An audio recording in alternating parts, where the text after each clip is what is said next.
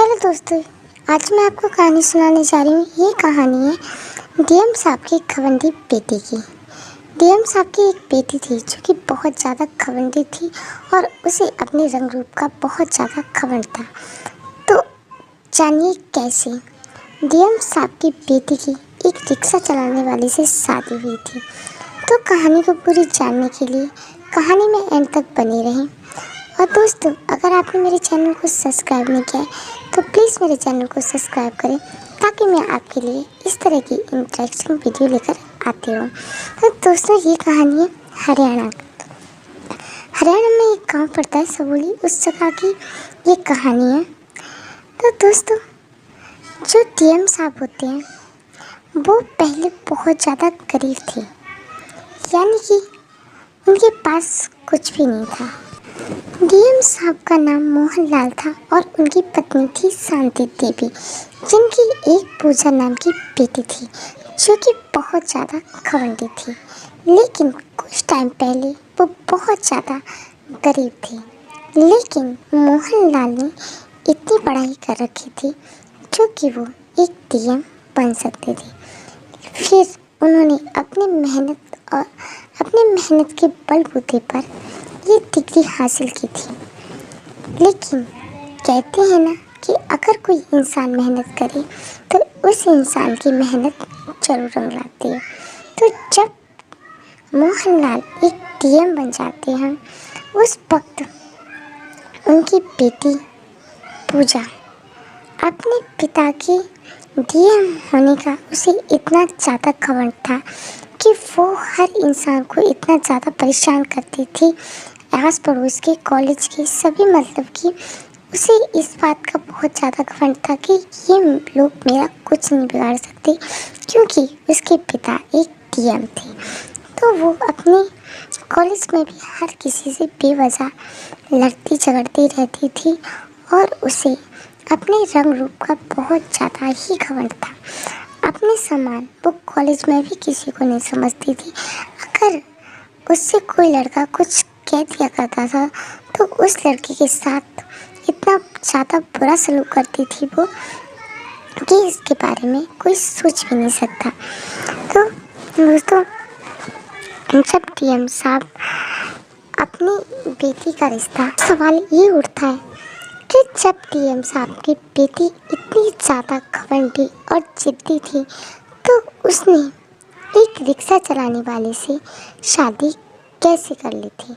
आखिर ऐसी क्या मजबूरी हो गई थी उसकी, जो कि इतनी सुंदर और जिद्दी और इतनी, मतलब कि घमंडी लड़की ने एक रिक्शा चलाने वाले से शादी कैसे कर ली थी। तो ये जानने के लिए कहानी में थोड़ा आगे, जानने के लिए चलते हैं कहानी में थोड़ा पीछे।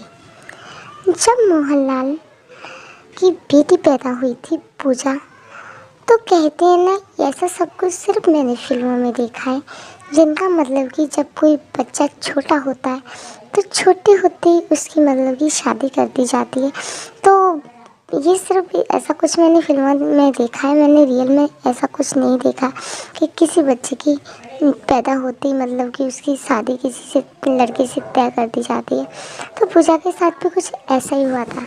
जबकि वो जब पैदा हुई थी तो उसके बचपन में ही जो उनके मोहनलाल की एक बहुत ही ज़्यादा करीबी दोस्त थी, उनकी बेटी से तय कर दी गई थी। उसके बाद जब वो, उनका बेटा भी जवान हो गया और जो मोहनलाल की बेटी थी पूजा, वो भी जवान हो चुकी थी, पर पूजा को इसके बारे में कुछ भी मालूम नहीं था, क्योंकि जब पूजा की शादी तय की गई थी तब पूजा बहुत ही ज़्यादा छोटी थी। तो इन बातों के बारे में पूजा को कुछ नहीं पता था। तो जब पूजा की शादी के लिए, मतलब शादी के घर में बातें चलती हैं, तो पूजा कहती है कि मैं शादी सिर्फ अपनी पसंद के लड़के से करूँगी।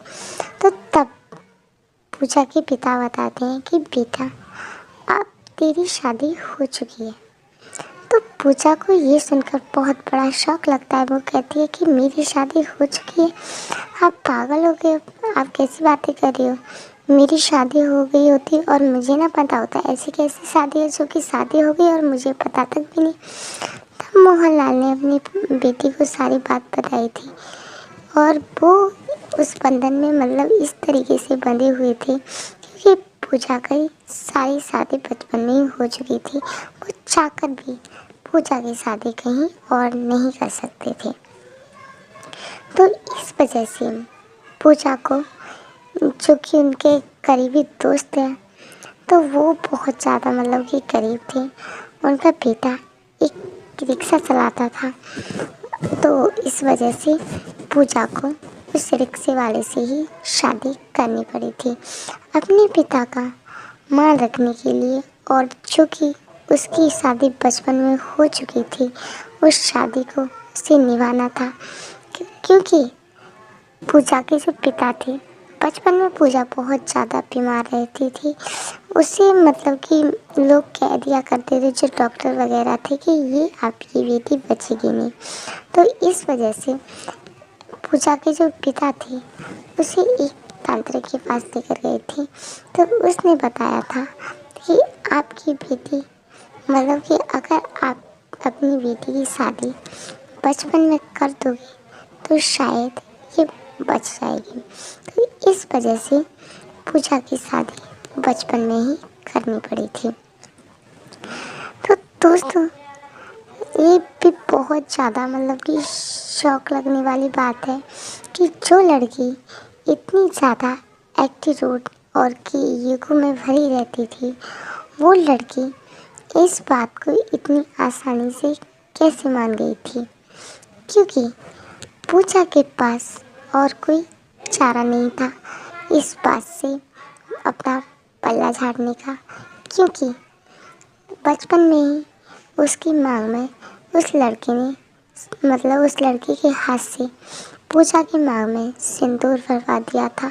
और जैसे कि कोई शादीशुदा लड़की होती है, उस तरीके से सारी रस्में पूजा के साथ की गई थी।